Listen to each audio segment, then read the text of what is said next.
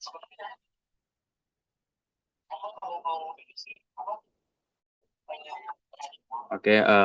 selamat siang teman-teman semua. Kenalin, gue Kaisan dan Raihan sebagai Askul Propstad. Jadi siang ini kita bakal tutorial, materinya materi UAS, gitu ya. Terus secara garis besar, kita bakal ngacu materinya sama soal yang dikasih sama dosennya, yang PR itu yang 13 soal. Jadi materinya kurang lebih ada tiga. Ada confidence level, uji hipotesis, sama ANOVA gitu. Jadi ANOVA nanti bakal dibahas sama Raihan, gue dua sebelumnya dulu gitu. Oke, aman ya. Oke, jadi materi pertama itu statistik sampel dan interval kepercayaan. Sebenarnya kalau statistik sampelnya kurang lebih familiar lah harusnya. Ini basically statistik biasa aja yang sering kita temuin dari SD. Kayak ada modus, median, mean, dan variansi, dan STD. Jadi kalau modus tuh nilai yang paling sering muncul, tujuannya adalah menentukan nilai yang paling populer. Terus kalau median itu nilai tengah dari data yang sudah diurutkan. Jadi jangan lupa diurutin dulu. Kalau datanya ganjil, bisa ambil tengahnya langsung. Kalau datanya genap, ambil dua, dua yang di tengah, terus tambahin, terus dibagi dua, gitu. Nah, terus ada rata-rata atau mean. Nah, ini tuh sebenarnya kan judulnya statistik sampel ya. Cuman di sini gue tambahin populasi. Kenapa? Karena bakal kepake di bab selanjutnya, gitu ya. Materi selanjutnya. Tapi sebenarnya konsepnya sama aja. Semua datanya ditambahin, terus dibagi sama jumlah datanya. Nah, terus mungkin agak diperhatiin sama logonya ya. Jadi kalau populasi itu pakai mu, kalau sampel itu pakai X bar. Ini jangan sampai kebalik dan ketukar karena takutnya ngaruh ke penilaiannya gitu. Terus kalau ukuran variabilitas, ini ada variansi sama STD. Nah, ini sama, ada sampel juga, ada populasi juga. Rumusnya sama aja sebenarnya dua-duanya. Cuman di sini kalau sampel pakai N-1, ini sebagai faktor koreksi aja. Karena dia pakai rata-rata sampel gitu ya. Kalau yang sampel itu S, logonya. Kalau populasi itu sigma gitu. Terus kalau standar deviasinya itu berarti tinggal diakarin aja dari si variasinya. Jadi tinggal diakarin, ya tinggal diakarin gitu. Terus um, fun fact-nya, kalian nggak perlu ngitung pakai rumus ini nanti pas ujian karena harusnya di kalkulator tuh ada caranya. Cuman mungkin nggak akan di tutorialin di Zoom ini. Nanti mungkin gue share videonya aja, di tutorialnya, tutorial kalkulatornya gitu. Nah, itu untuk statistik sampel. Aman ya teman-teman?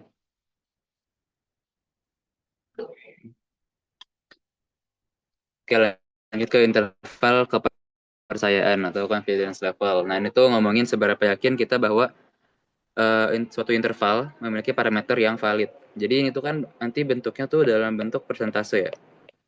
Nah, ini tuh bukan berarti peluangnya ya, bukan menyatakan probabilitas, tapi memang menyatakan keyakinan kita bahwa dalam rentang sekian parameter itu terpenuhi atau valid. Ada apa aja? Ada, secara garis besar ada tiga, harusnya iya ada tiga. Pertama ada interval kepercayaan rata-rata. Di sini kita bisa pakai dua distribusi, bisa pakai Z, bisa pakai T. Apa yang ngebedainnya? Pertama kita lihat dulu jumlah sampelnya gitu. Kalau sampelnya lebih besar daripada 30, maka ini hitungannya sampel besar gitu ya. Sampel besar. Dan STD-nya itu diketahui gitu. Nah, kita bisa pakai distribusi Z. Rumusnya itu adalah ini gitu. Terus kalau distribusi T, kalau N-nya lebih kecil, berarti ini sampel kecil, kecil, dan STD jangan diketahui, maka kita pakai distribusi T. Ini nanti bakal ada contoh soalnya, biar lebih kebayang, karena kayaknya kalau rumus-rumus dong agak kurang kebayang. Gitu ya. Terus yang kedua itu ada interval kepercayaan untuk variansi ataupun STD gitu ya. Nah, ini ada satu aja sih distribusinya itu chi-square.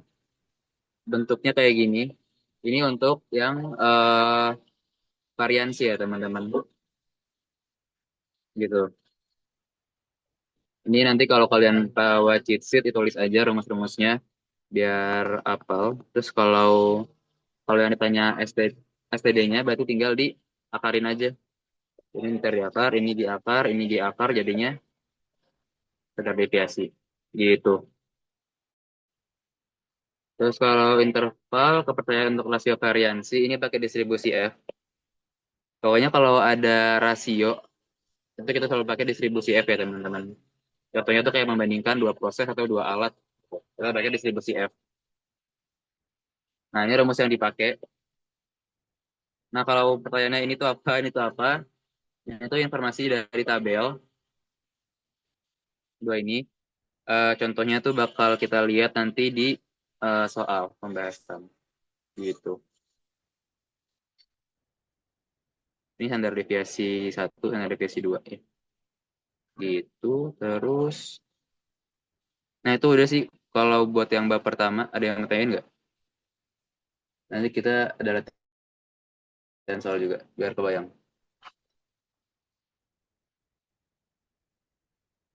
Oke, lanjut aja ya ke uji hipotesis. Jadi ini tuh ngapain? Kita tuh mau mengevaluasi sebuah klaim atau statement terkait populasi gitu. Jadi misalnya ada suatu statement, kita lihat nih statement itu diterima gitu. Alurnya gimana? Pertama kita nentuin H0, H1, dan alfa. Terus menghitung nilai statistik uji, menentukan wilayah kritis. Nah ini semua tuh apa? Pertama, H0. H0 itu adalah klaim awal yang dianggap benar gitu. Umumnya sih ini sifatnya positif ya. Positif tuh maksudnya apa ya? Hal-hal yang baik gitu, yang baik. Nah, sedangkan kalau H1 itu berarti klaim yang melawan H0, berarti itu lawannya dari H0 aja, negasi. Terus kalau alfa itu kesalahan yang terjadi ketika menolak H0, padahal H0 benar. Atau bilang aja ini let's say error gitu ya. Gitu. Nah, uji hipotesis dibagi jadi dua. Ada satu populasi sama dua populasi. Kenapa sampai dua doang? Karena kalau lebih besar daripada dua, sorry, balik. Lebih besar daripada dua, itu masuknya ke materi ANOVA yang nanti bakal dibahas sama Raihan gitu ya. Jadi kalau kita bahas satu populasi dulu, kita bahas bentuk arah pengujiannya. Secara garis besar ada dua, ada one tail sama two tail. Ya. Kalau one tail itu digunakan apabila satu menunjukkan arah tertentu. Maksudnya apa? Maksudnya itu adalah kita ngebandingin dua hal dan kemungkinan itu tak lebih besar atau enggak lebih kecil. Gitu. Makanya keywordnya di sini lebih tinggi, lebih besar, memperbanyak, lebih cepat dan lebih rendah. Itu ya. Jadi ada salah satu yang lebih unggul. Nah, one tail ini kebagi jadi dua, ada right tail sama left tail. Kalau right tail itu um, ngomongin yang uh, kuantitasnya memperbanyak gitu. Makanya keywordnya lebih tinggi, lebih besar, perbanyak. Nah, sedangkan, bentar. Nah, bentuk distribusinya tuh kayak gini. Jadi ini akan gue bahas. Pertama karena kita ngomongin right tail, berarti kita tuh bakal ngebatasin daerah kanannya si distribusi ini. Gitu ya. Let's say H0-nya tuh mu 0 lebih besar daripada mu 1. Jadi, bila nilai ini distribusi Z ya. Si distribusi Z itu di dalam kurva ini, maka H0 tuh diterima. Diterima gitu. Cuman kalau ternyata pas kita hitung nih nilai Z-nya, ternyata dia di luar nih, dia di bagian sini, maka ditolak. Gitu ya. Nah, titik Z ini disebutnya nilai kritis karena dia jadi pembatas antara diterima dan ditolak gitu. Itu kalau right tail. Kalau left tail sebenarnya kurang lebih sama, cuman bedanya ya kebalikannya aja. Jadi kita main di kanan, sekarang main di kiri gitu. Nah, keywordnya apa? Keywordnya adalah lebih cepat dan lebih rendah. Jadi kuantitasnya lebih sedikit gitu. Kan kalau lebih cepat kan berarti waktunya lebih sedikit, lebih rendah berarti jumlahnya ya memang lebih sedikit gitu. Nah, kalau left tail,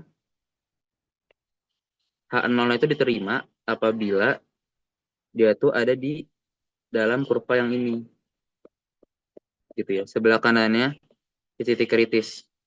Sedangkan dia akan ditolak ketika dia ada di daerah sebelah kiri em, titik kritis gitu. Ingat ya, jadi kalau one tail two tail tuh kita cuma pakai satu titik kritis. Nah, bedanya apa sama two tail? Two tail itu adalah kita gunakan untuk mengetahui apakah terdapat perbedaan. Jadi kita nggak peduli arahnya kemana. Kan tadi kan kita antara lebih besar atau nggak lebih kecil. Pokoknya ada kata lebih lah gitu di soalnya. Nah, sedangkan kalau two tail itu antara sama dengan atau enggak ya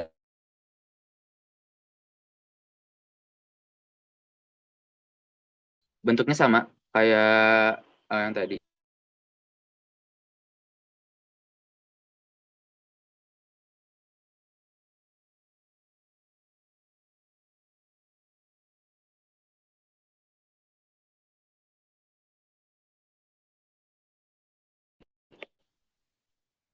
Cuma beda. Kalau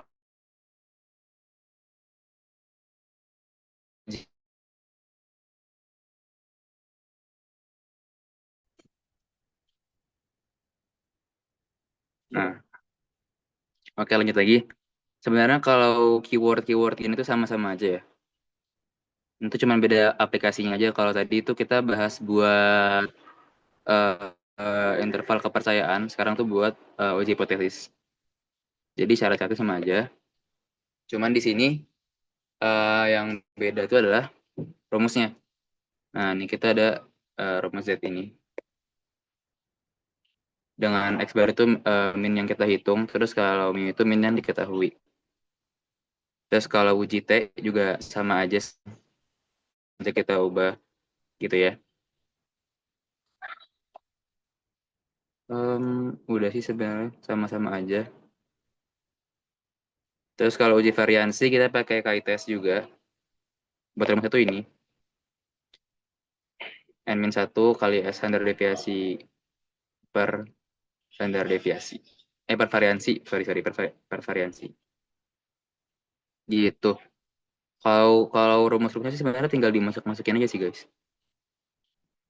Nanti kita bahas, sambil bahas soal. Terus ada yang untuk dua populasi gitu. Sama aja, ada one tail juga, ada two tail juga. Cuma bedanya ada di H0-nya. Jadi kita ngitung dua populasi, ada mu 1, ada mu 2. Nah, bedanya adalah kita ngitung umumnya ya, umumnya yang bakal jadi hipotesis itu selisihnya gitu. Itu untuk one tail. Kalau left tail sama aja, cuman ya kebalikannya aja, kalau ini lebih kecil ya ini lebih besar. Sebenarnya kalau lebih sama kayak yang apa tadi, satu populasi tadi. Cuma beda di hipotesisnya aja. Terus kalau two tail sama, jadi dia ngomongnya antara sama dengan atau berbeda. Sorry, ini harusnya harusnya berbeda ya. Tidak sama dengan harusnya. Kalau lebih bahasanya sama, cuman di sini ya baik lagi yang dibahas itu adalah selisihnya gitu. Umumnya ya, selisihnya antara dua populasi yang kita hitung.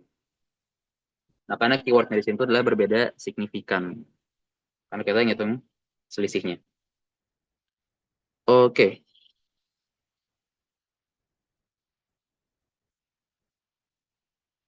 terus kita bahas uji statistiknya juga.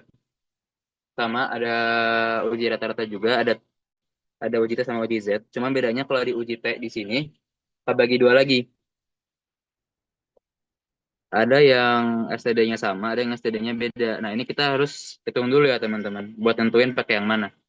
Jadi kalau ada soal tentang uji min dan dua populasi, kita harus hitung dulu standar deviasinya, kira-kira sama atau beda. Nah, kalau sama, kita bakal pakai rumus yang ini, gitu ya.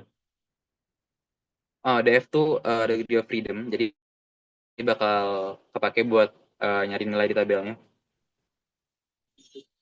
Terus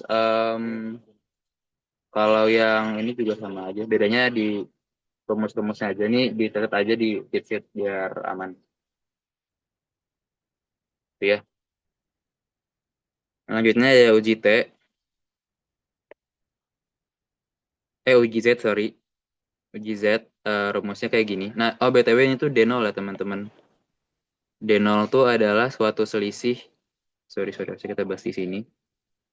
Nah, D0 tuh adalah selisihnya. Selisih dari mu 1 sama mu 2. Ya kalau ternyata mereka sama berarti D0-nya 0. Oke. Lanjut. Ada uji variansi. Ini pakai uji F. Rumusnya ini. Sini juga.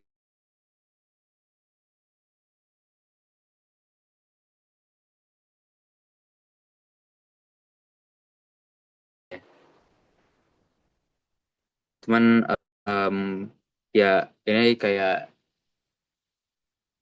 ngebandingin jumlah sih, kuantitas kurang lebih. Dan P-nya itu tuh bisa peluang atau enggak persentase. Cuman ini enggak muncul sih harusnya, gitu ya.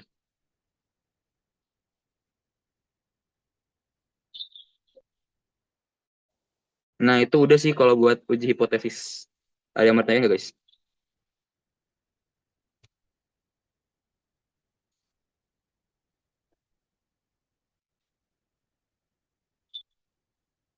Kalau nggak ada, ini ada sedikit materi tambahan. Kenapa materi tambahan? Karena sebenarnya ini tuh masuknya ke bab teori estimasi. Cuman sepenglihatan gue di LMS kalian tuh kalian nggak dapat materi ini, PPT ini. Nah, jadi mungkin dan di soal yang dikasih sama dosen pun juga nggak ada. Cuman menurut gue nggak terlalu ribet. Jadi kayak baca-baca aja. Karena berkaitan juga dengan confidence level. Jadi yang sebenarnya banyak cuman yang gue highlight tuh di materi interval kepercayaan selisih dan jumlah, gitu ya. Jadi intinya adalah ketika kita mau jumlahin atau ngurangin atau ngitung selisih antara dua populasinya itu. Jadi kalau kita dapat sampel besar itu berarti N-nya lebih besar dengan 30 ya. Jadi kalau dijumlahin, ya ini ditambahin aja, terus dikasih galat errornya.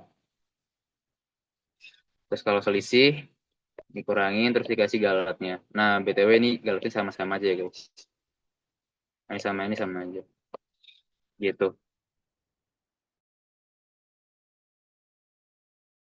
Lebih kecil daripada 30 ya maksudnya. Kalau dijumlahin, ya ini dijumlahin aja, terus ini buat errornya. Pakai distribusi T. Kalau selisih dikurangin terus dikasih errornya. Ini juga di distribusi T. Nah, gue tuh nggak tahu kalian diajarin apa enggak. Jadi ini gue asumsikan kalian nggak diajarin. Tapi kalau ternyata diajarin, berarti kan kemungkinan bisa muncul di ujian. Dan kalau emang diajarin, bisa infoin aja ke gue, nanti gue cek catatannya. Gitu. Udah sih buat materi itu aja. Ada yang mau tanya nggak guys? Sebelum kita masuk ke latihan soal.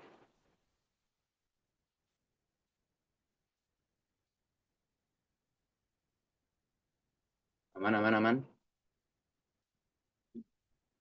Oke, kita bahas latihan soal. Nah, gue tuh ngambil latihan soal ada 3 dari UAS sama 2 dari PR. Kenapa 2 doang? Karena kayaknya kalau bahas semuanya nggak cukup dan ini gue cari yang distribusinya beda-beda aja ya, gitu. Oke, pertama diberikan data panjang cabai kebun A dan kebun B sebagai berikut, gitu ya. Tuliskan hipotesis untuk kasus ini. Sini kan dia ngomong nih, Anda diminta untuk mengevaluasi apakah panjang cabai yang dihasilkan oleh kebun A berbeda signifikan dengan kebun B. Berarti kan opsinya antara sama atau enggak tidak sama kan. Nah, ingat H0 tuh kita usahain yang positif, yang baik-baik. Jadi asumsi pertama tuh kita pakai dia yang sama dengan. H1-nya baru kita yang tidak sama dengan atau berbeda gitu. Nah, ini udah jawaban A.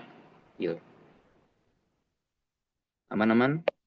Terus kalau B pada kasus ini apakah uji hipotesis dilakukan untuk sampel atau populasi? Jelaskan alasannya. Nah, cara kita nentuin sampel atau populasi itu pakai ngelihat jumlah sampelnya nih. Ngelihat nilai N-nya. Ini kan kalau kebun A ini tuh ada 10 ya. Ini 10, ini 10.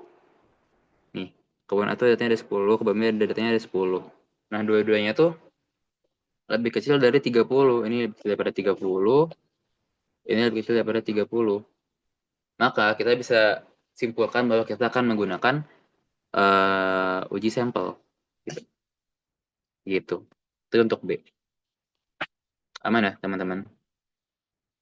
Lanjut ke yang C. Ini baru kita minta uji hipotesis. Ya. Oke, pertama kita tulis dulu tadi klaimnya. Jadi H0 tuh sama, H1-nya tuh berbeda. Atau kita bisa bentuknya dalam selisihnya ya, dalam klaim selisihnya. Tinggal dipindahin aja. Nah, dari sini berarti kita tentuin dulu nih uji apa yang mau kita pakai. Iya enggak? Di sini kita tahu ada dua populasi. Terus sampel, dua populasi. Terus ini bahas sampel dan min. Berarti kita bisa menyimpulkan, oh dan dia tuh sama dengan dan tidak sama dengan, berarti dia two tail. Kita bisa nyimpulin bahwa kita tuh akan menggunakan uji T, um, uji T two tail, betul? Uji T dua arah. Nah, gitu ya. Cuman kan kalau kita lihat rumus uji T itu, ya ada standar deviasi kan. Sedangkan kita belum tahu nih standar deviasinya berapa. Maka dari itu, kita hitung dulu. Nah, ini kita hitung pakai rumus yang tadi ya, yang uji yang sampel statistik gitu. Nah, kalau udah kayak gitu, tinggal dimasukin nih ke rumus T-nya. Set, masukin.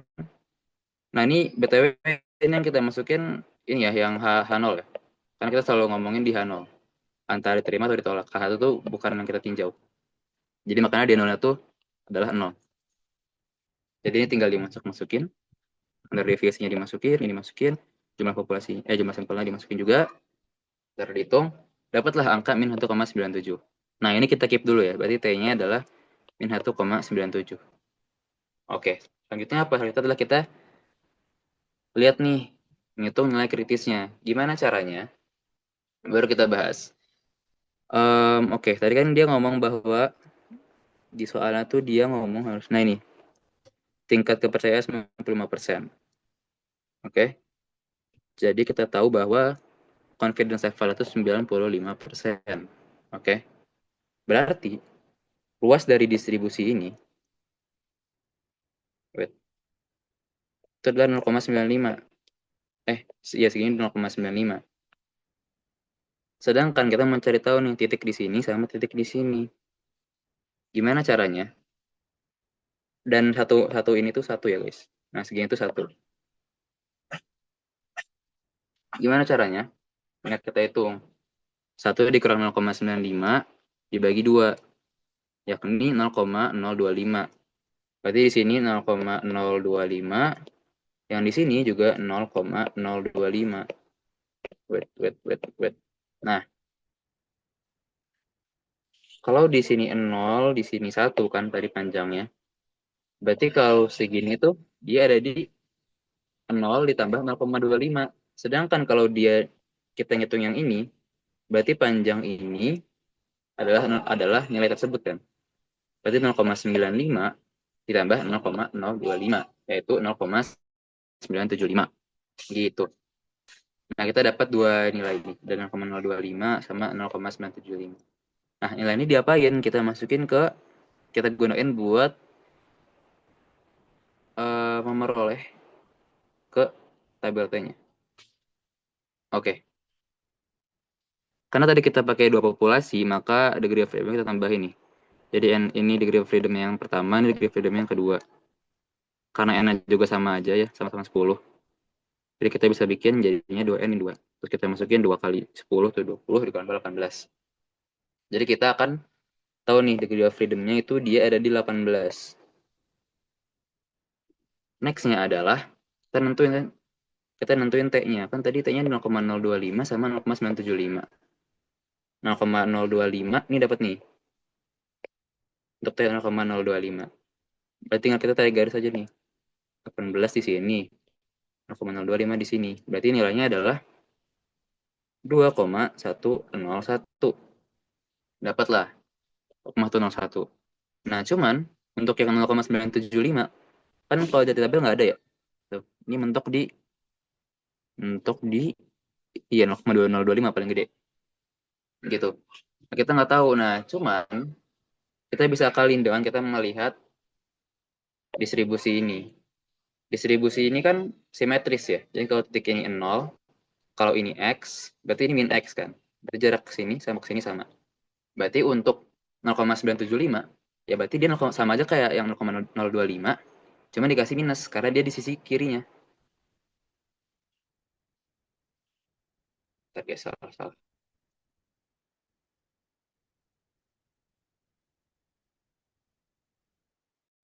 Nah, lagi ini di sisi kirinya. Gitu ya. Jadi dia dikasih minus aja. Gitu. Sedangkan nilainya juga sama-sama aja gitu. Karena dia simetris. Gitu. Oh, dan kalian harus merhatiin cara kalian nulis ininya ya. Ini tuh berarti biasanya distribusi T dengan titik kritis segini, terus degree of freedom-nya segini. Ini jadiin template kalau kalian menulis nilai dari titik T-nya. Gitu. Nah, berarti kita udah dapat nih intervalnya. Intervalnya adalah min 2,101 sama 2,101. Apabila T-nya di luar daripada rentang ini, maka H0 ditolak. Nah, kita lihat nih. Tadi T kita itu min 1,97, which is di dalam sini kan, dalam rentang ini kan. Berarti H0 diterima. Apa sih H0? H0 itu tadi tidak ada perbedaan signifikan. Gitu. Ini untuk yang jawaban C. Oke, aman ya, guys? Atau ada yang mau tanyain?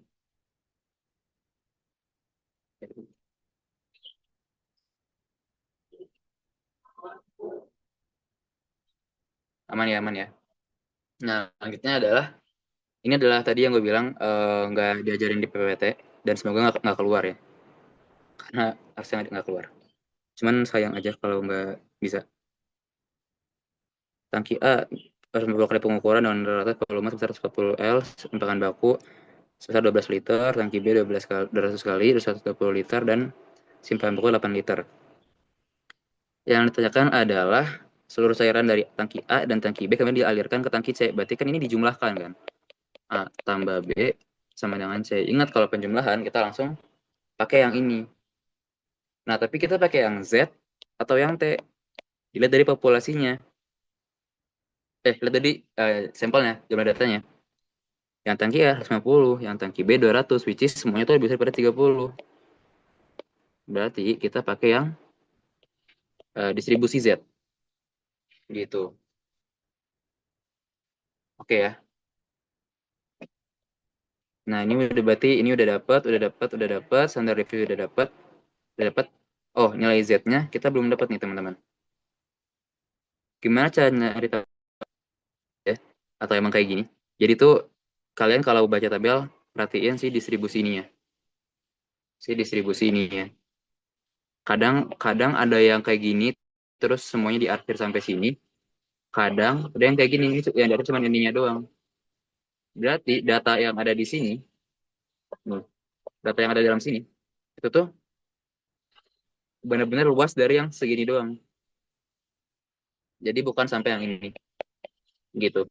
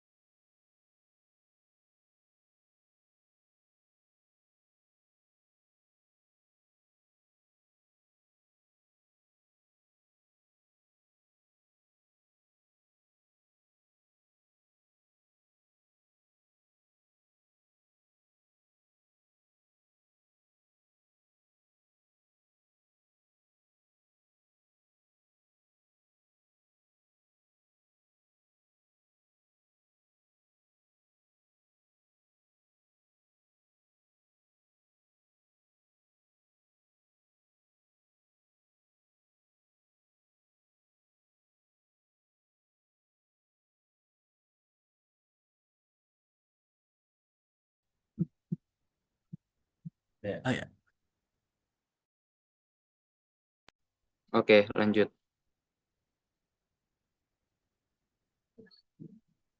Oke ya, kita lanjut aja ke nomor selanjutnya. Jadi ini sebuah koin telah dicurangi sehingga menjadi tidak seimbang. Nah, itu dilakukan pengujian melempar koin sebanyak 200 kali. Dari 200 kali, ternyata muncul 115 kepala dan 85 ekor gitu. Tuliskan hipotesis pada kasus tersebut. Nah, ingat, berarti kalau kita H0 tuh selalu ambil yang positif. Berarti kita positif thinking dulu nih. Bahwa ini tuh nggak dicurangi. Jadi kita anggap aja ini sama ya. Jadi si head sama si tail tuh harusnya sama. Karena kita mikir ini nggak dicurangi. Cuman ya satunya itu negasinya, berarti dia dicurangi atau tidak sama. Gitu, ini hipotesisnya. Terus apakah koin tersebut telah dicurangi atau tidak dengan uji hipotesis? Nah, ini cukup unik karena kita mungkin agak nggak kebayang ini pakai uji apa. Cuman di sini kita akan pakai uji chi-square. Kenapa gitu? Sebenarnya ini nggak rumus ini juga nggak gue tulis tadi di materi. Eh, Cuman kita bahas aja bareng-bareng karena gini, kita kan mau bandingin apakah dia dicurangi atau enggak. Kalau dicurangi, kita udah tahu nih, jelas dia 0,5 sama 0,5 juga si peluangnya, ya kan? Berarti jumlahnya kalau kita cobain 200 kali percobaan, harusnya head muncul 100, si T muncul 100. Nah, ini adalah ekspektasi dari. Sedangkan berdasarkan soal yang kita peroleh, pas dilakukan uji coba itu si headnya muncul 115 kali, si T-nya muncul 85 kali gitu. Makanya di sini kita bisa uji chi-square, di mana ini itu adalah nilai ekspektasi dan ini adalah nilai realnya yang diperoleh. Gitu.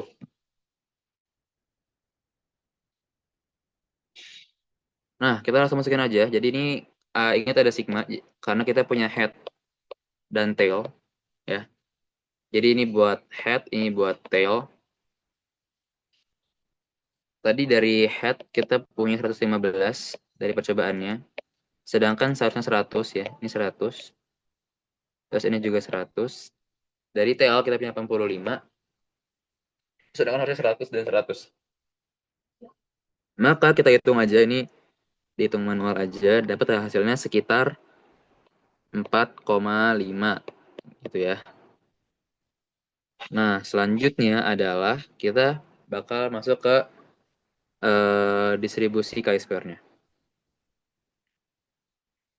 Nah, ini sama caranya, alfa sama dengan 1 min 0,95 atau sama dengan 0,05.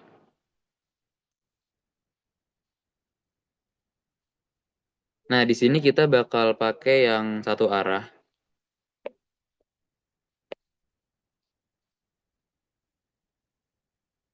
Iya, yang satu arah.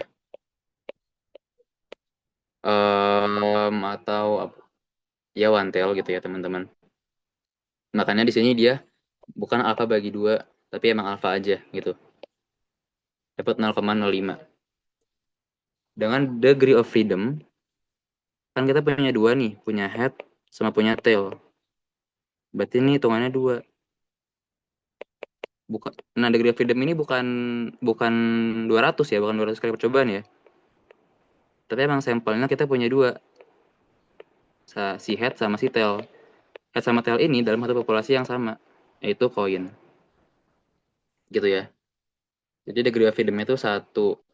Nah, kita langsung masukin aja ke tabel ya. Jadi si chi-square ini cara lihatnya adalah kita tentuin degree of freedom-nya. Tadi dapat satu ya di sini. Sama tadi alfanya itu 0,05. Berarti ini kan 0,05. Berarti tinggal kita tarik garis lurus aja. Ini sama ke sini. Dapat 3,841 gitu. Berarti chi-square ini harus lebih kecil daripada 3,841 atau ini jadi batas atasnya. Nah, sedangkan kalau kita lihat nilai chi-square yang udah kita hitung pakai dari sini, Ya kan 4,5 ya. Dimana ini tuh lebih besar daripada 3,841. Berarti dia nggak memenuhi ini kan. Karena dia nggak memenuhi ini, maka H0 itu kita tolak. Atau berarti kuenya emang dicurangi gitu. Itu untuk nomor tiganya. Ada yang bertanya guys?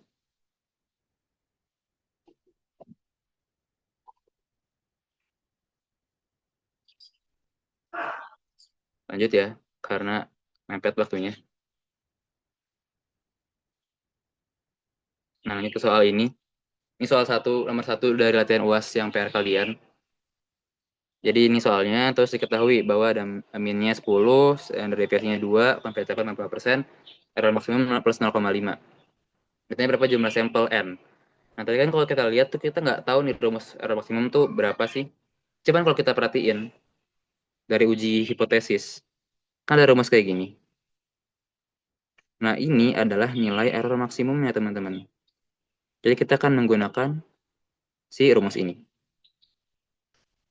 Jadi ini tadi error maksimum sama dengan Z alfa per 2 kali STD per akar N. Atau kalau kita mencari N-nya doang, just dari sampelnya, jumlah datanya, berarti kita bisa otak-atik rumusnya, dapat kayak gini. Nah, dari sini kalian tinggal masuk-masukin aja. Set alfa per 2-nya itu. Oh, BTW ini gue nggak ngitung lagi set alfa per 2-nya dari mana. Karena pertama, tadi kita udah bahas tentang Z. Terus kalian bisa apain aja kalau distribusi Z. Kalau confidence levelnya 90, sorry, gitu sih. Kalau confidence levelnya 95%, maka harusnya nilai Z-nya itu adalah sekitar 1,96. Ya, itu sering muncul dan bisa kalian ingat-ingat. Sorry. Nah, makanya di sini Z-nya adalah 1,96.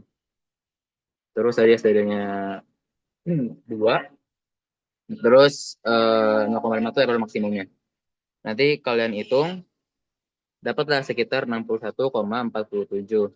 Atau karena ini apa? Genap ya, karena ini jumlah jumlah data ya, which is nggak mungkin koma. Jadi ini sekitar dibulatin ke 62 aja. Gitu. Ada yang matain guys? Atau aman?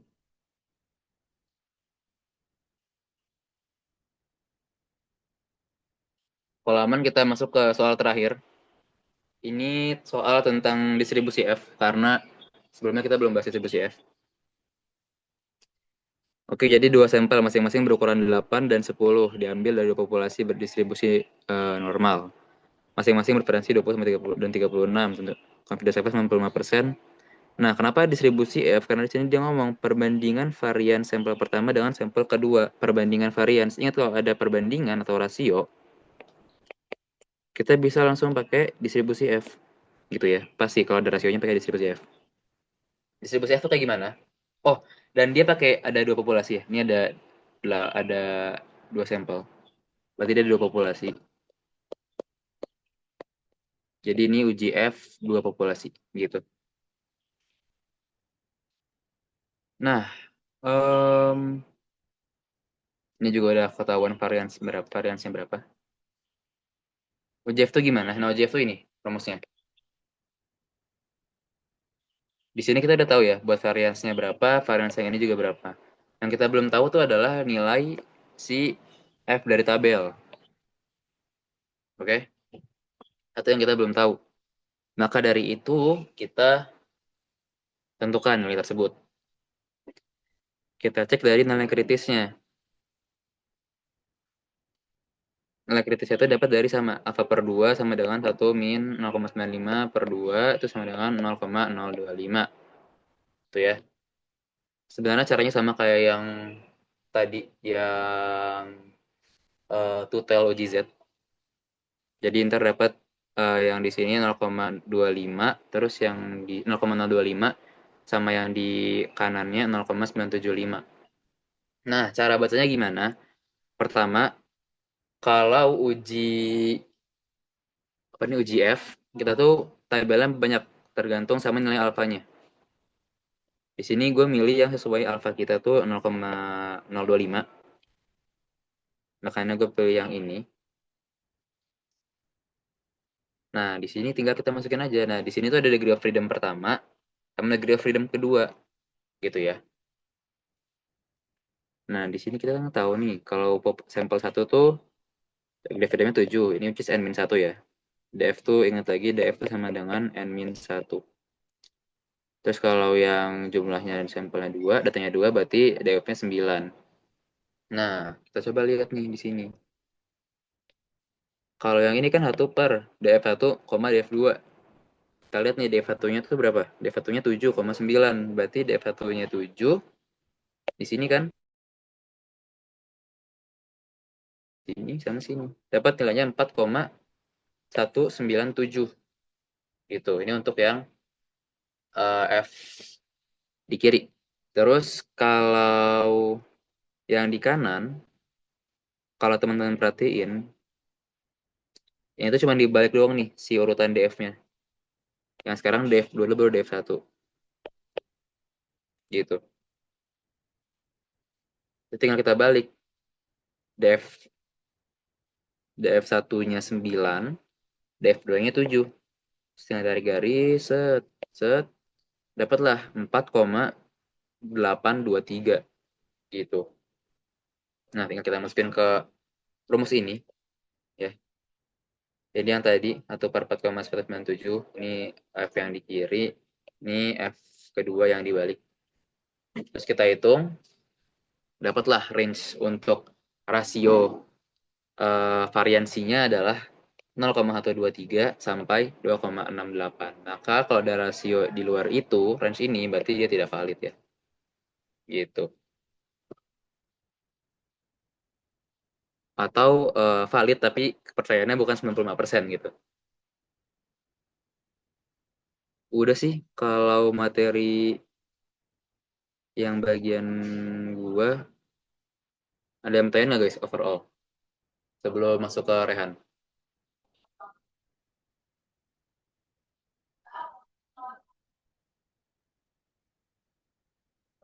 Aman ya? Takutnya kelamaan juga. Oke, kalau gitu silahkan Raihan. Semangat guys.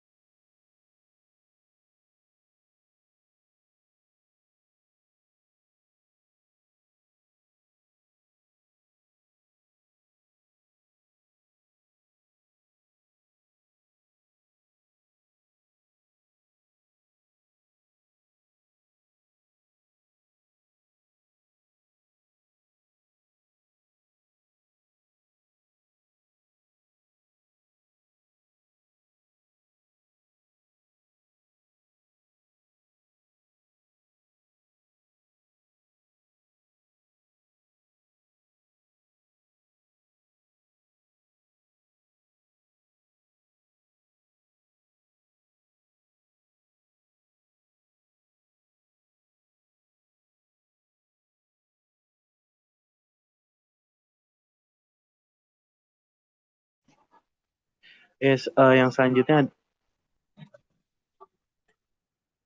materi ANOVA. Jadi ANOVA itu sebenarnya memakai uji F gitu ya, yang dari PPT dan dari soal latihan UAS ada 4 jenis ANOVA yang kelihatan. Yang di latihan UAS itu ada 3 ya. Yang pertama ada yang satu arah, kedua yang ANOVA 2 arah, sama yang Latin Square Design. Nah, untuk yang ANOVA 1 arah ya, artinya tuh dia memeriksa variansi dari analisis dari variansi satu faktor aja gitu. Nah, di sini ada istilah-istilah yang mungkin suka tukar. Kalau misalnya between itu untuk di pembilang. Jadi kayak di rumus ini, di SB ini nih, ini tuh jadi pembilang kan ya, SB-nya. Terus yang within itu jadi penyebut gitu. Nah, terus ada sebutan variasi, atau misalnya dilihat referensi lain itu sebutannya sum of square gitu. Karena dia jumlah dari kuadrat ini loh. Nah, ini dia kan sum of square. Makanya disebut SS gitu, atau variasi gitu. Nah, kedua ada misalnya kita lihat huruf A dan B ini, selain dari between dan within, A dan B itu, A itu menyatakan banyak baris, B itu banyak kolom. Kadang-kadang suka tukar, misalnya kalau misalnya dia rumusnya begini, dia B itu banyak kolomnya gitu. Sedangkan A itu banyak banyak perlakuannya atau treatmentnya. Nah, ya ANOVA itu one way, dia menggunakan tabel F. Nanti aku tunjukin tabelnya juga yang kayak sebelumnya. Ya, H0-nya itu rata-rata kelompoknya sama. Misalnya ada 3 kelompok, rata-ratanya sama. Sedangkan kalau misalnya dia melebihi dari F critical tabel, H0-nya ditolak dan jadi H1 gitu. H1-nya diterima kalau ada mu, suatu mu yang nggak sama gitu sama mu yang lain gitu. Tapi bisa aja mu 1 itu lebih kecil, atau misalnya mu 2 yang lebih besar atau gimana, tapi nggak dinyatain apa yang bedanya gitu. Minimal 1 gitu. Nah, selanjutnya yang two way. Yang di sini ada tanpa replikasi dan dengan replikasi atau pengulangan gitu ya. Kalau misalnya pengulangan itu uh, untuk ANOVA 2 arah itu uh,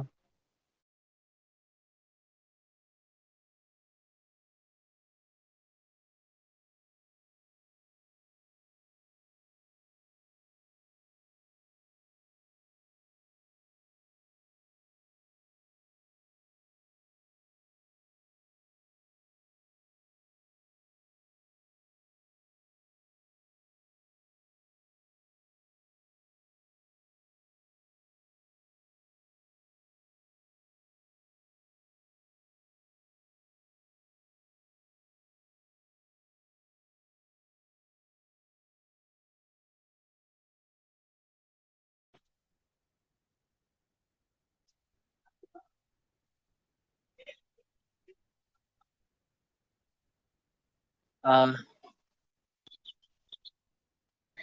masih ada deh. Terus dia di sini ada perlakuan keduanya gitu. Pengulangan dan tanpa pengulangan. Kayaknya tanpa yang dengan pengulangan ini nggak bakal masuk ujian juga, cuman ada di PPT. Tapi bisa aja baca rumusnya lumayan ribet. Tapi yang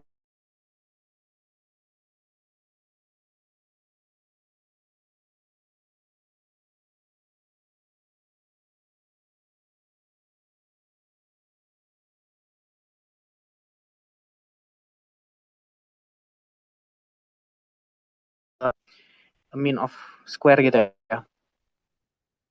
Nah, hipotesisnya ada dua ini. Kalau misalnya faktor baris, kita tulis H0-nya. Oh, berarti rata-rata baris uh, tidak tidak ada bedanya gitu. Yang H1 ada perbedaannya. Kalau misalnya faktor kolom juga kayak gitu. Nah, sekarang Latin Square. Yang Latin Square ini sebenarnya analisis variansi berdasarkan 3 faktor gitu.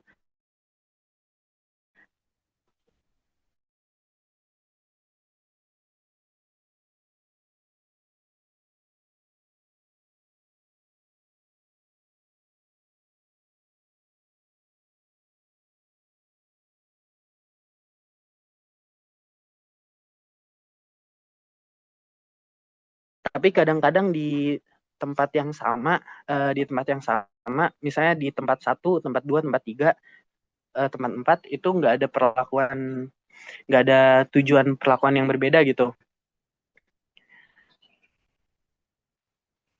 Nah, di Latin Square Design ini eh,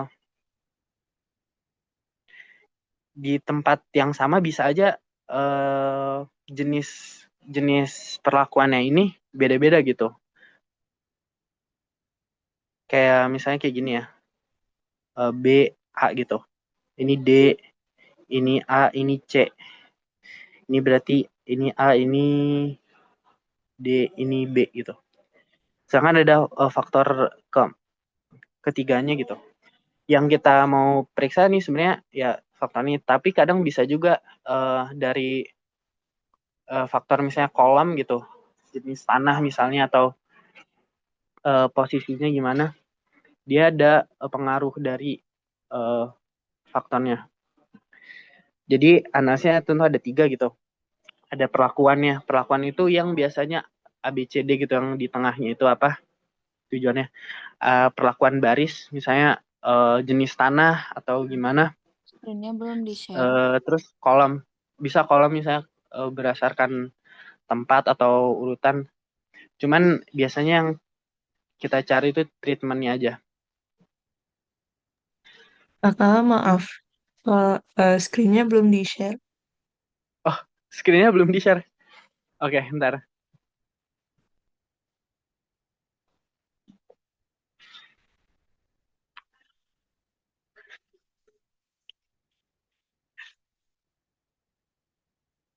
Wait. Tadi kayaknya Anova 1 arah udah ya. Kayaknya juga Anova 2 arah dulu deh. Ya, ini Anova 2 arah itu ada 2 faktor. Ada 2 faktor. Ada yang tanpa pengulangan, ada yang dengan pengulangan. Udah. Ya. Ini motor. Terus yang tanpa pengulangan yang dengan pengulangan biasanya itu dia nggak terlalu masuk ujian ya, cuman ada di PPT, tapi ini rumusnya gitu. Kalau misalnya yang tanpa pengulangan mirip sama satu arah, cuman dia ada residualnya sama ada antar blok, antar kelompok gitu. Rumusnya ini ya, min kelompok dulu, cari min kelompok, cari min ini sama kan? Cari min kelompok dulu,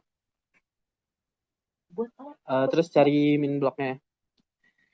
Terus masuk ke variasi kelompok, variasi blok. Ini bisa dari kalku aja, masukin semua datanya, terus untuk residualnya tinggal dikurangin.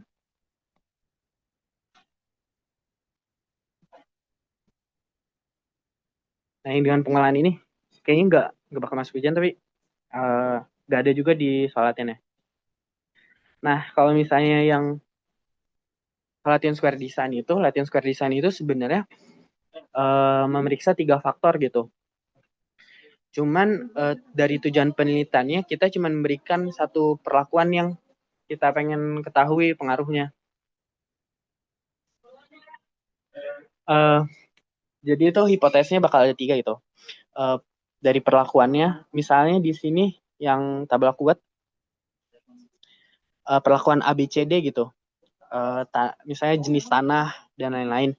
Nah, tapi baris dan kolomnya ini diperhitungkan juga gitu. Jadi pengaruh dari baris, misalnya ini jenis tanahnya apa gitu, jenis tanahnya. Kalau misalnya treatmentnya jenis pupuk, variabel barisnya itu misalnya bisa jenis tanah. Sedangkan kalau yang kolomnya bisa aja posisi penaruhannya atau angkanya nggak di tujuan utama. Nah, tapi tetap treatmentnya ini. Ya kayak gitu ya. Ini langsung masuk pelatihan soal aja. Karena rumusnya lumayan ribet tapi aku bisa baca. Oke. Contohnya yang ini nih. Pakai kalku dulu ya. Wait. Ini belum share screen ya.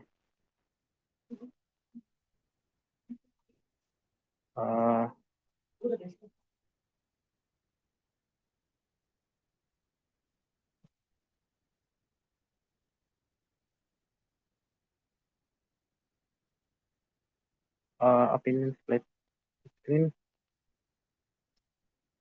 kalkulator ya. Nah ya di sini aku nunjukin kayak tahap-tahap ngitung pakai kalkulnya juga. Misalnya di sini suatu pabrik amonia ingin membandingkan kinerja metode kontrol PID, terus MPC, terus LQR gitu.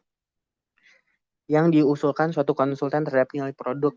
Nah, kita lihat variabel bebasnya ini metodenya kan. Variabel bebas itu variabel perlakuan gitu, variabel treatment. Nah, sedangkan kalau misalnya variabel terukurnya kita apa nih variabel tetapnya gitu ya. Ini tuh nilai produknya gitu ya. Nah, kita pertama tuh harus ikutin aja tabel ini. Ini untuk one way ya berarti. Ini one way. Nah, kita masukin aja ke data. Ini acak. Wait. Data. Misalnya kita cari dulu rata-rata PID. Nah, rata-rata PID apa aja sih? 4, 3, 2, 3 gitu ya. Terus shift. Kalau misalnya di kalku itu AC, terus klik option one variable calculate. Ya dia berarti 3 gitu ya. Sama juga selanjutnya MPC. MPC 3, 5, 4, 4, terus shift 1. Atau enggak AC option, klik AC option, variable calculate, dapat 3 juga gitu. Atau enggak kita bisa hitung aja manual ya. LQR-nya ini berarti 10 ditambah 20 bagi 4, 5 gitu. Kayaknya 5 ya. Ya. Nah, totalnya berarti kita bisa pakai apa ya? Pakai ini aja.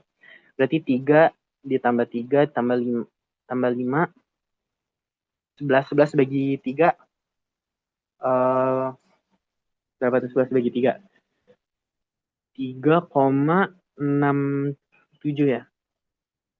Wait. Kok waduh. Pangkat 3. Nah, kita udah dapat gitu rata-ratanya. Lanjut lagi, hitung VB. Nah, sebaiknya kita hitung variasinya dulu. Kita hitung variasinya dulu, variasi total.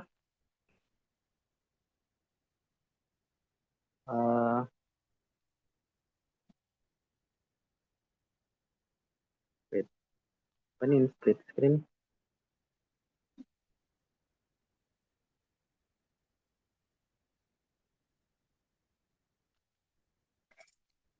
Nah, variasi totalnya itu bisa di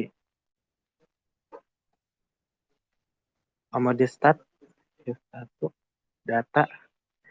Kita hitung aja ya. Dari yang pertama lagi 4 3 2 3 3 5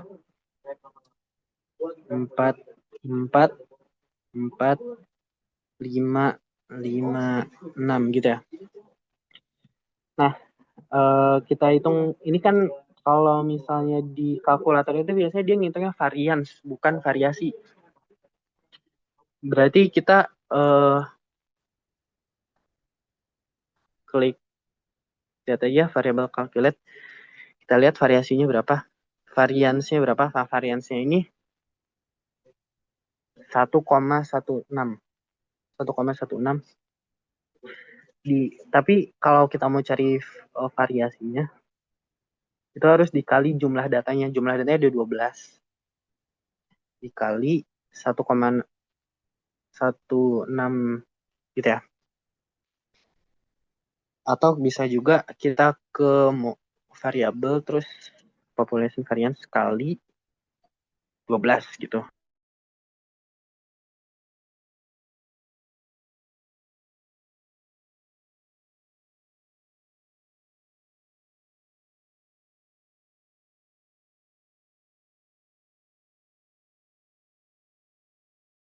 Ya, apa indeks kelompoknya ya? Indeks kelompoknya ada PID, MPC, sama LQR. Dikurangin rata-rata totalnya ini. Berarti 3 dikurang 3,67 kuadrat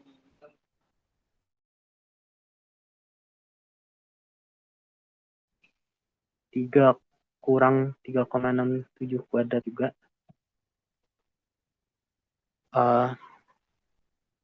Ditambah 5 kurang 3,67 kuadratin juga. Nanti dikali B-nya.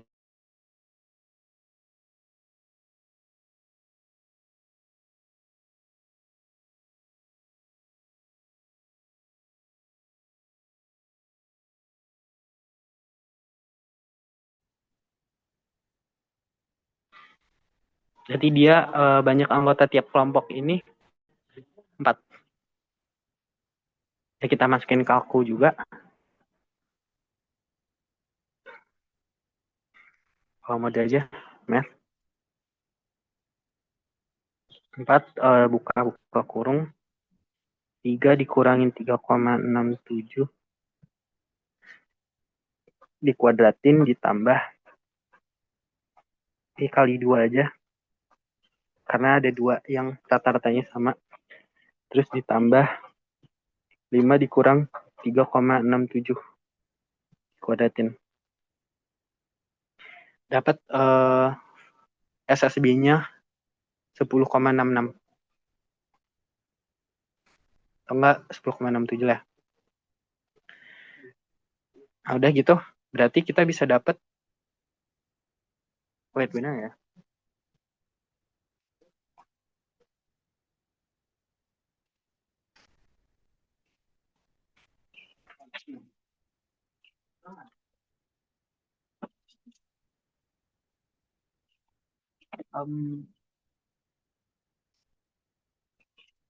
Dia itu benar ya.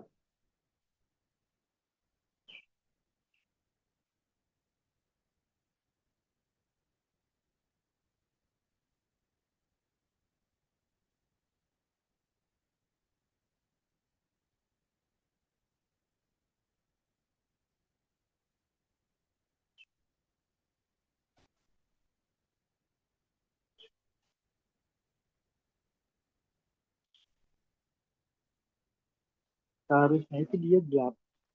Antar kelompok itu. Dalam kelompok itu 6 tar. Kayaknya ada yang salah nih.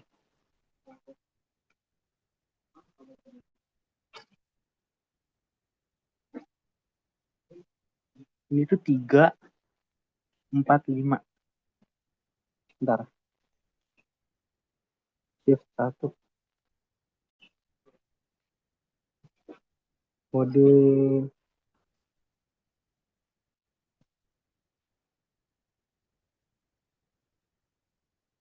kita lihat MPC-nya 3, 5, 4, 4.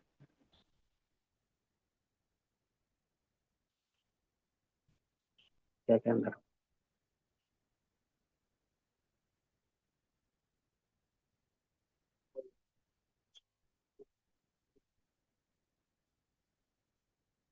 3, 5, 4, 4.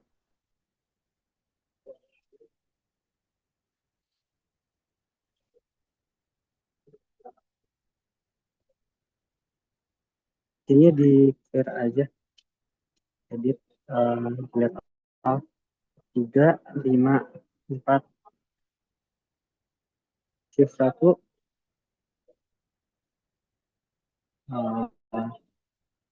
variabel.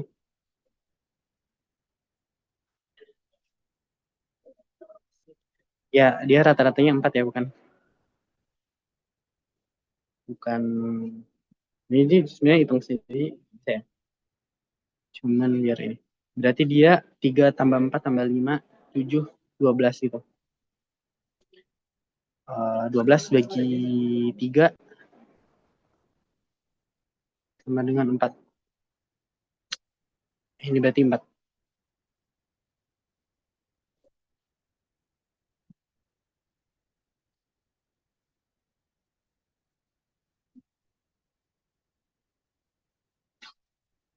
4, 4, 4.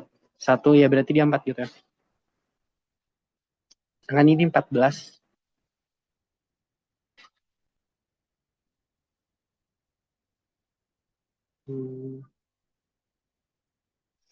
Nah, berarti dia V-nya ini 14 dikurangin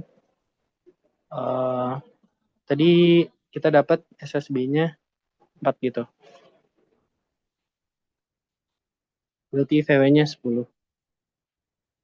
Nah, kita masukin aja dulu ke antar nih. Kalau antar kan berarti within ya. Berarti dia 10. Enggak. Ini seharusnya ya enggak between ya. Berarti dia ini 4.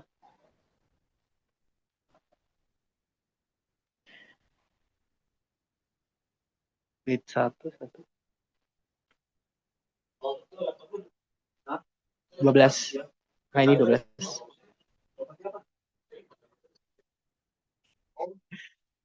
Hebat.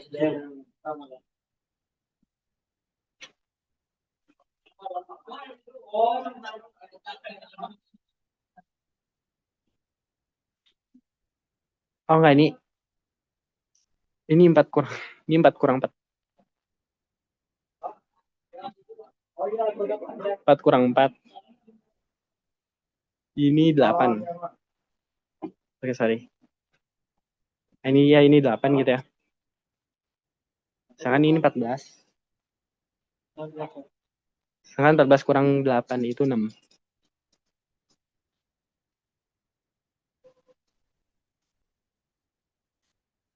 Oke. Berarti yang between ini 8,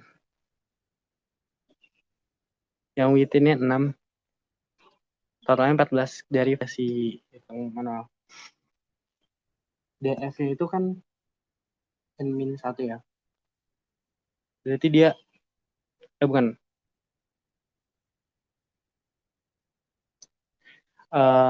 Dia A-1 ya. A-1 ini 3 dikurang 1, 2. 4 dikurangi 1, 3. Enggak. Enggak. Yang dalam kelompok ini N-B, N-A. Berarti dia N-nya kan 12. 12 kurang 3, 9. Berarti dia dibagi 4. Ini bagi ini bagi ini. 6 bagi 9. 2/3 atau 0,67. Nah, F-nya ini tuh ini dibagi ini. Between dibagi antara di dalam bagi dalam. 4 bagi 0,67. 4 bagi 2/3. Berarti dia 4 kali 3/2. 12 bagi 2, 6. Nah, kita cari FC-nya itu dari tabel. Karena tadi DF satunya itu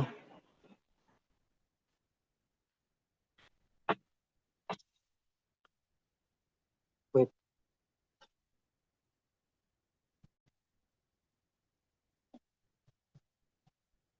DF dia F table.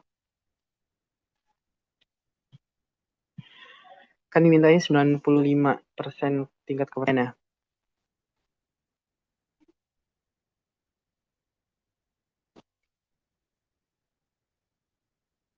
Tadi itu 3, 2 dan 9. Berarti ini nggak kelihatan. Ini 2, ini 93,0. Scriptnya bukan. If table. Berarti ini nggak full ya.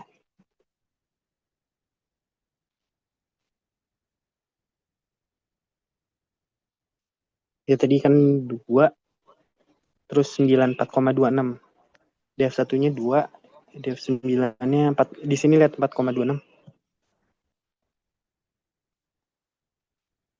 Jadi dia 4,26.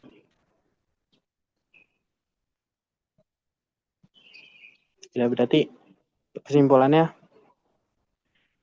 Hano, kita terus ya Hano tidak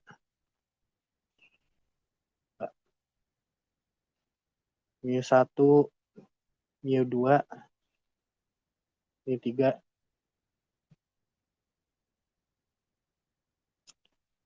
ditolak gitu ya. H0 ini ditolak.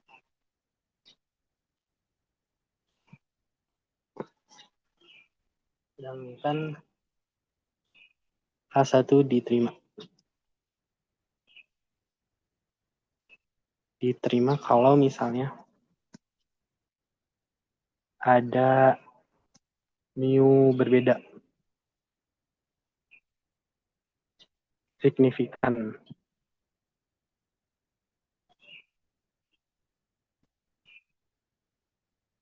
Kayak kita. Ini juga one way lagi.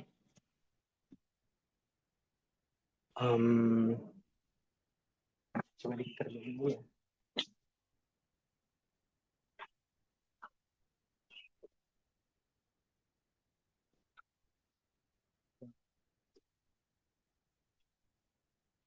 Ini shift 1. Shift 1 kita edit. Lihat salah.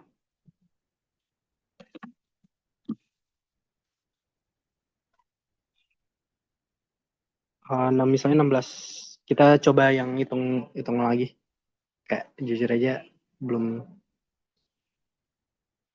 terlalu yakin.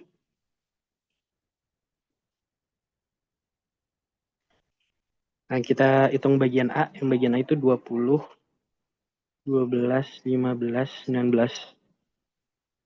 Shift 1. On variable calculation dapat 16,5 betul.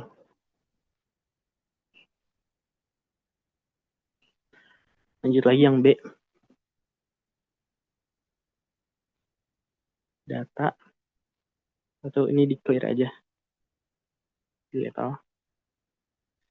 yang B itu 17, 14, 12, 15. Shift 1. Datanya on variable calculation dapat 16,5 juga. Lanjut lagi shift 1. Data. Shift 1. Edit. Dilihat kita cari yang C 23, 16, 18, 14. Shift 1. One variable calculate.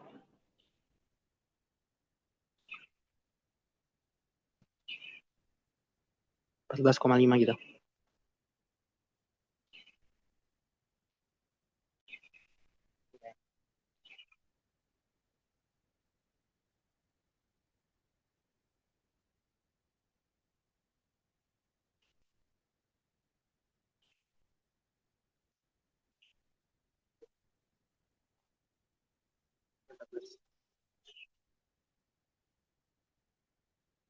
Kayaknya jujur aja kayaknya udah dibuat solusinya, jadi ikutin aja.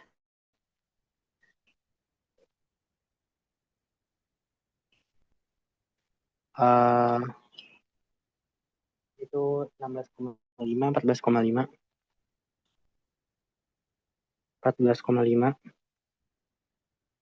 itu 17,75, 75, 16, itu 17,75 lagi. Nah, SSB-nya ini kita bisa hitung aja. Kan panjangnya ini 4 di udah rata-rata totalnya eh X, X total gitu ya misalnya nih. Ini mod aja.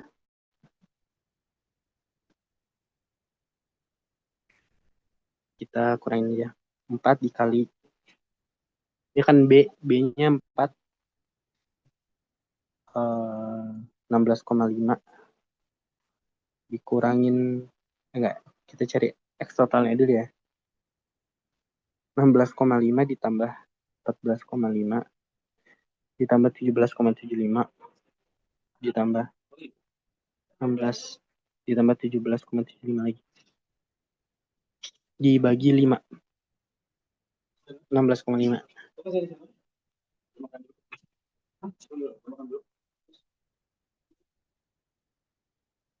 Enggak, bentar. 16,5, 14,5, 17,75, 16, 17,75. Oh, enggak, ini 17,5.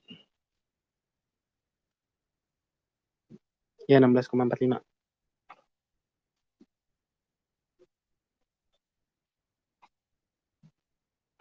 75, 16, 17,5 apa ya? 16,45. Ya, berarti ini dapetin aja X. 4 dikali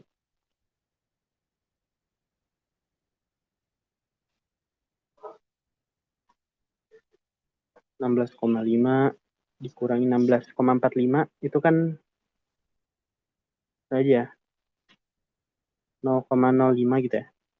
Kuadrat. Terus yang B dikurangin 14,5, 16,5 itu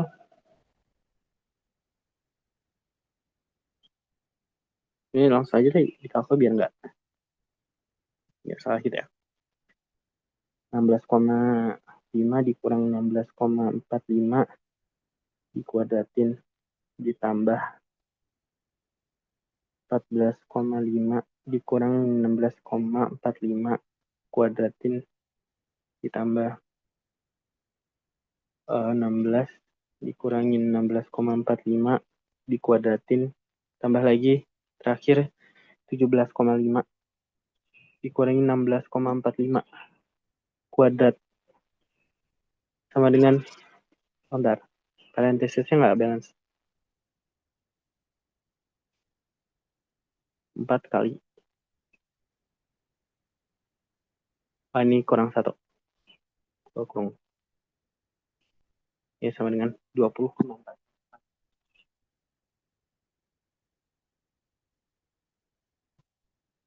Kayaknya ada salah.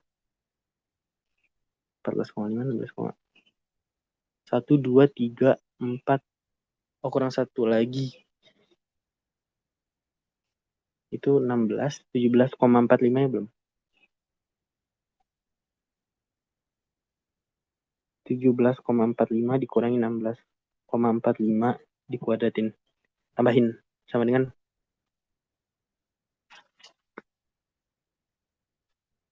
11,5, 16,45. 17,5, 16, 17,45, 14,5. Oke. Okay.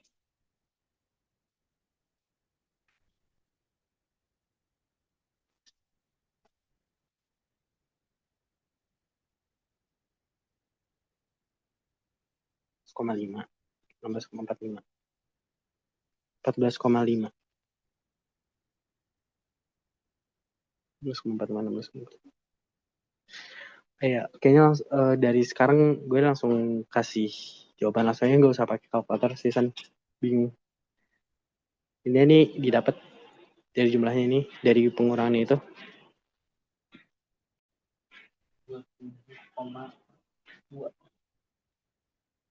27,2. Sedangkan ini kalau misalnya dikuadratin, dia dapat 157,75. Ini dikurangin aja. 157,75 kurangin 27,2. Sampai tulisannya black. Dapatlah ini 157.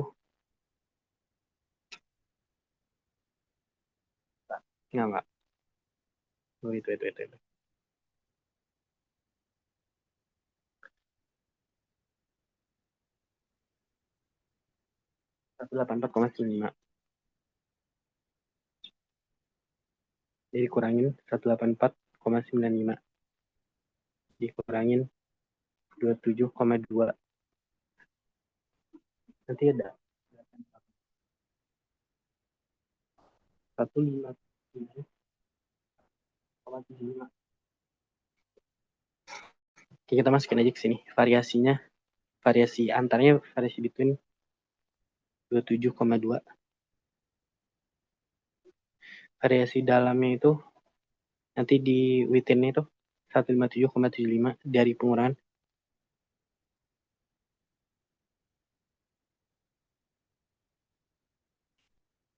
Sedangkan variasi totalnya 184,95 ya. DF-nya itu berarti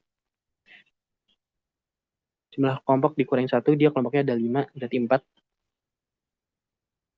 N ini N min K atau AB min A.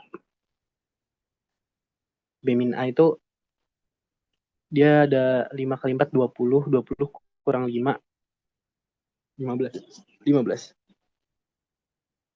Nah, MS ini dibagi aja, 27,2 bagi 4.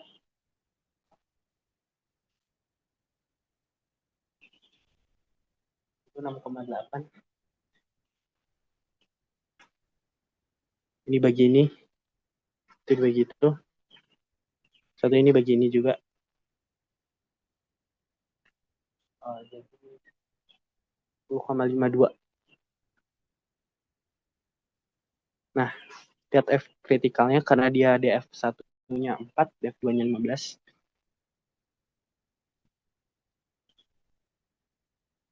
DF 1-nya 4 di sini. DF 2-nya 15, berarti 3,00.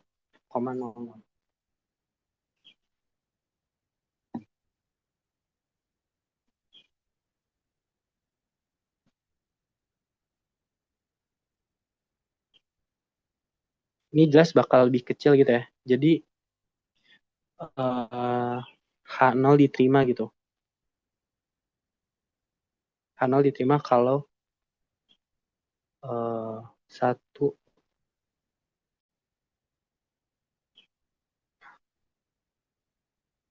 mu 1 sama dengan mu 2 sama dengan mu 3 gitu. Itu one way 2 kali. Lanjut lagi ke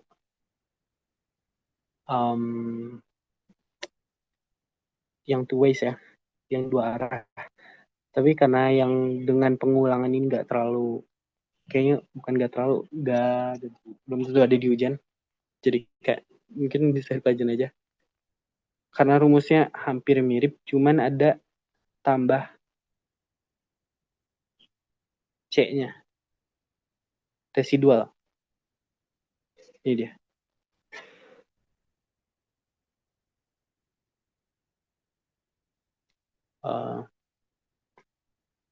Coba lagi ya. Kita ambil soal dari ini aja.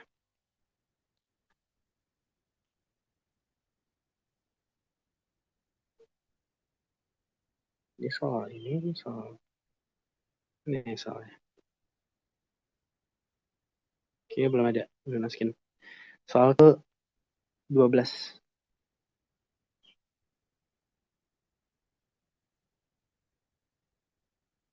Insert foto. 12 jadi di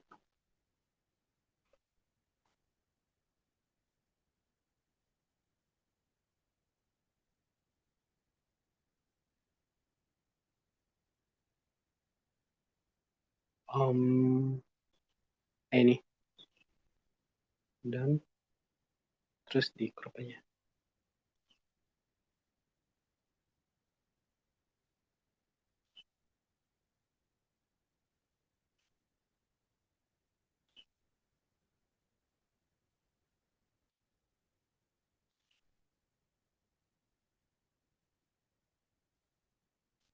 Oke. Nah, kalau di soal ANOVA dua arah ini dua arah.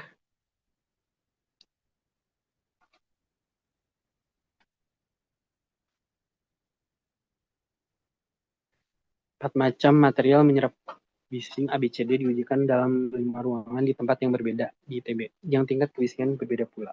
Hasil ditunjukkan pada tabel berikut. Dia ada faktor dari baris, terus ada faktor dari kolom.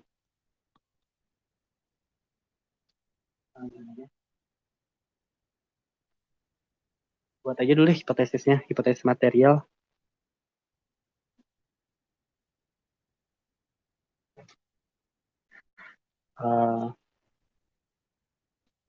H0 berarti dia mu dari A sama dengan mu dari B dan titik-titik gitu ya.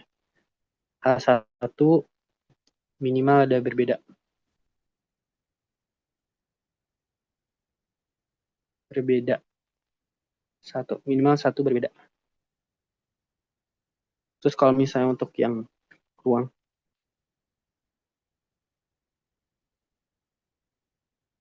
H0-nya mu I, mu 2 Romawi titik sama gitu ya. Yang ini juga minimal berbeda gitu. Signifikan bukan berbeda.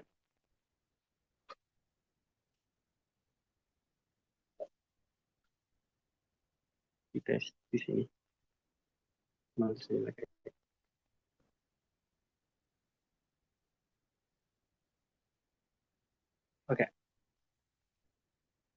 Berbeda. Kita dari rumus itu kita harus cari variasi total, variasi kelompok, variasi baris, terus variasi blok residual.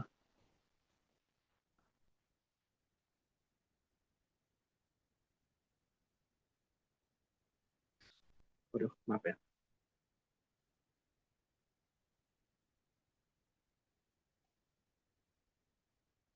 Oke, kita buat tabel mini aja dulu. Karena ada datanya di sini. Kita material X materi ya. A B C D itu setelah dihitung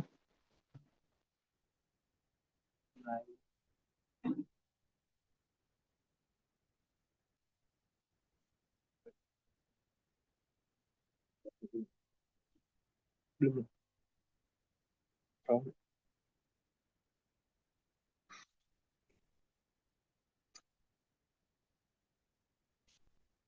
Kita cuma ini aja. 5 ditambah 73 ditambah 60 ditambah 70 ditambah 86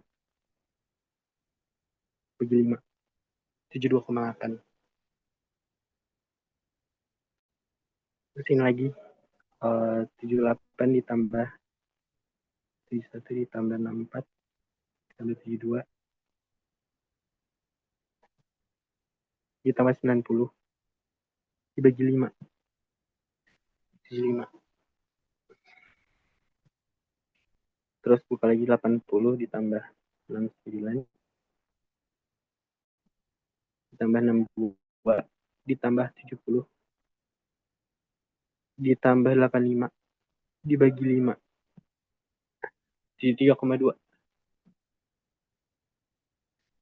Baca lagi 73 ditambah 67 ditambah 63 ditambah 80 ditambah 92 dibagi 5 75. Terus yang rata-rata buat dari ruangannya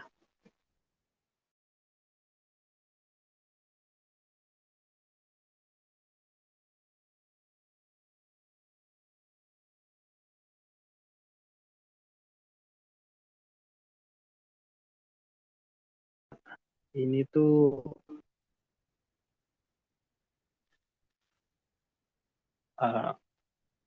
75 tambah 73 75 tambah 78 tambah 80 ditambah 73 bagi 4 76,5 lagi 73 ditambah 71 ditambah 69 ditambah 67 bagi 4 70.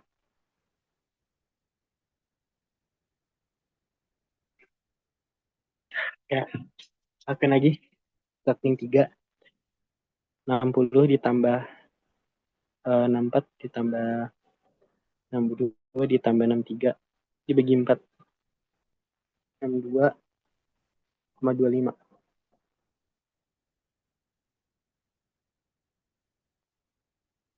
Terus yang ini 86 ditambah 90 tambah 80 85 ditambah 92 dibagi 4 88,25. Setelah itu yang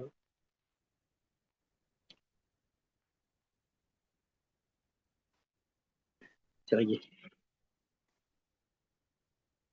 70 ditambah 72 ditambah 70 tambah 80 bagi 4 70 di 3 nih. Oke. Ini kita udah dapetin ya. Terus bisa juga cari variasi. Ini kayaknya waktunya terlalu mepet. Jadi kayak langsung aja deh jawabannya. Ini dia total gitu ya.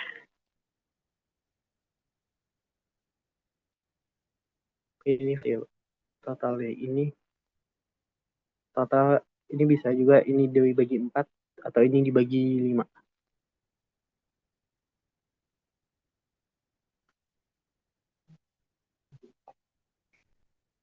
Ini itu 4 dari rumusnya. Nah, kita langsung aja SS total sum square total 16. Ini bisa aja kalian masukin dari N dikali variansi dari statistiknya. Terus SS kolomnya. SS baris lah. SS baris dulu. SS baris itu kan material.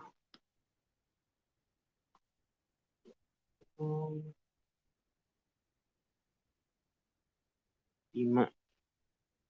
Karena dia jumlah anggota per barisnya itu 5.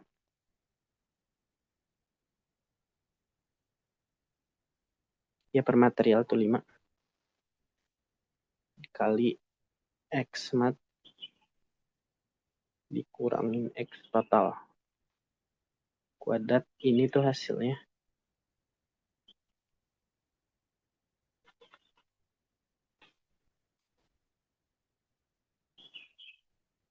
Uh, 20,4. sama juga SS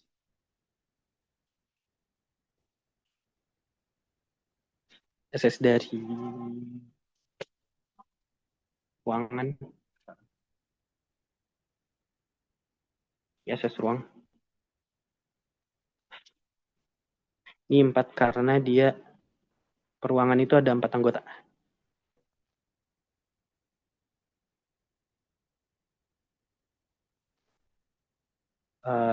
Ruang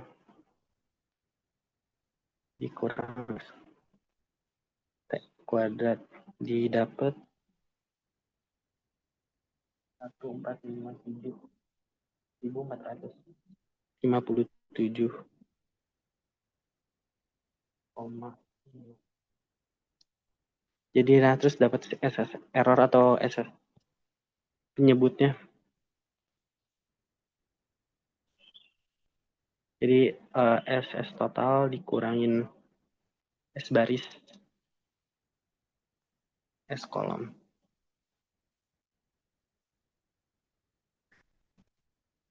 Berarti dia 1.457,5 dikurangin 20,4 dikurangin berapa tuh? Bukan, SS totalnya itu 161.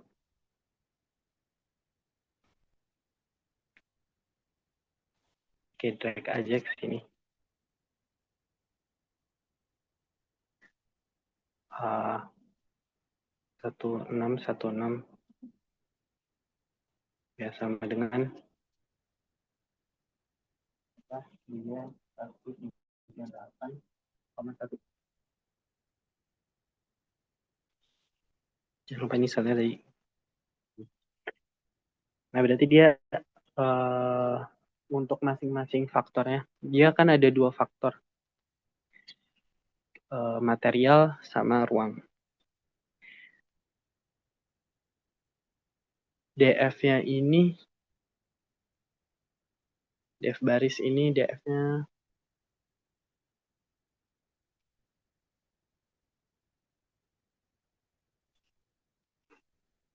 itu kan material ya.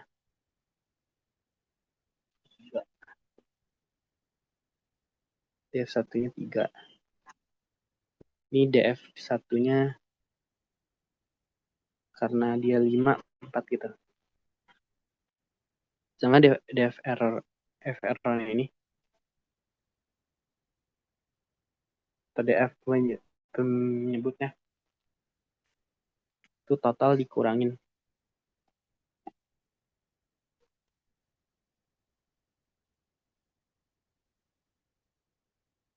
Ya ini di 4,32.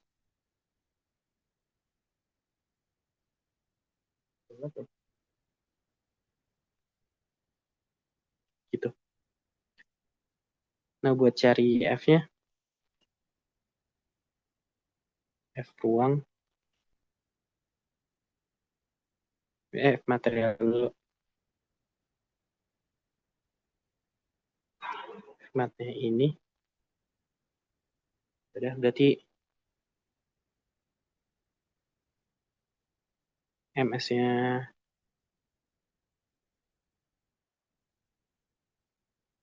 baris per MS error. MS baris itu SS row, tadi SS material ya. Dibagi dia DF-nya 3. Terus SS error dibagi 12. Dari yang situ,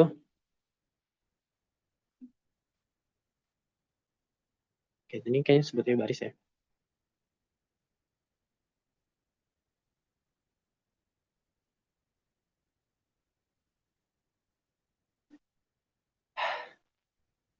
Baris totalnya 0,59.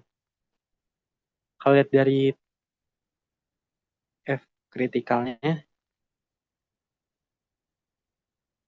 3 sama 12 ini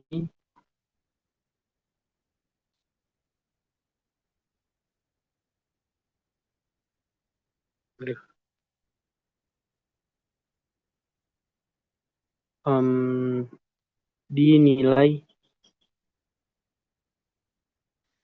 3,89. Dia udah F-mat-nya lebih kecil dari 3,8.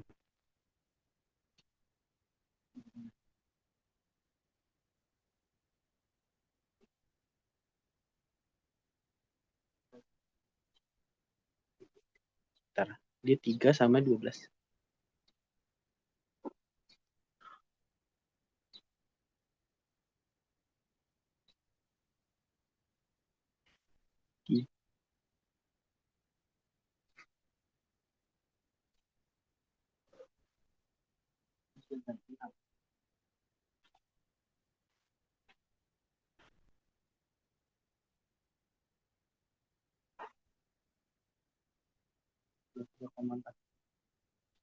Tiga koma empat sembilan ya. 3 dan 12. Dia 3,49.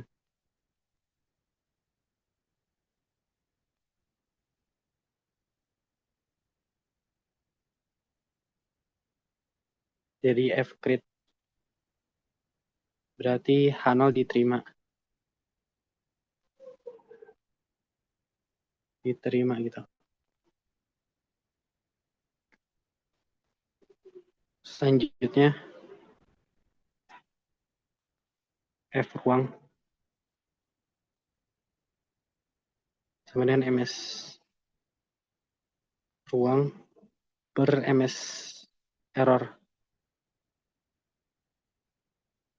Jadi dia S ruang per dia karena ternyata di 5 ya. Jadi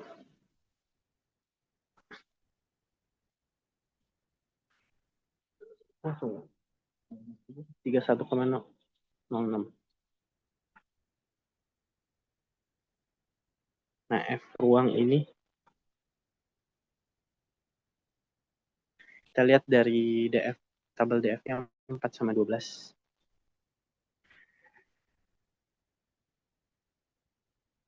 Itu di 3,26. Udah beresan. Dia tuh lebih besar dari 3 F kritikalnya. Ini 4 sama 12 ya, F grade 12. Jadi dia H0 ditolak. Ditolak. H1 diterima. Maaf ya, kayak nggak urut.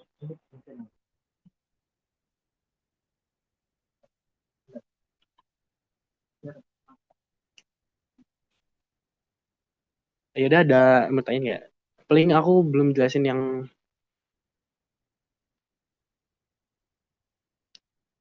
untuk soal ke-13 itu, karena jujur pusing. Ini nanti ada pembahasannya sebenarnya dari soal latihan itu. Kayaknya sekian aja ya. Ada yang mau tanya nggak? Atau udah?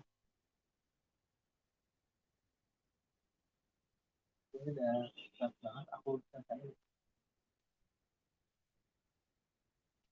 Sekian dari aku. Maaf ya. Semoga UASnya lancar.